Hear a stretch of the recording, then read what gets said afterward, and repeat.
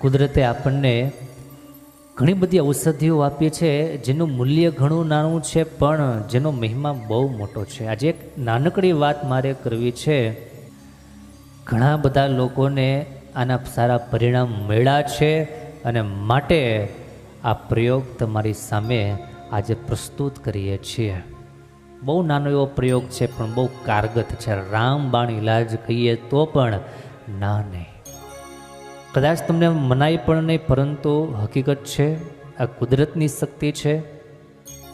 2 જામફળીના પાંદડા, જામફળના ઝાડના 2 પાન, એનો કેટલો મોટો મહિમા છે, કેવા કેવા એમાં ગુણ રહેલા છે, ઈશ્વરે કેવા કેવા એમાં તત્વો મૂકેલા છે, આપણે આજે આ વિડીયોમાં જાણશું.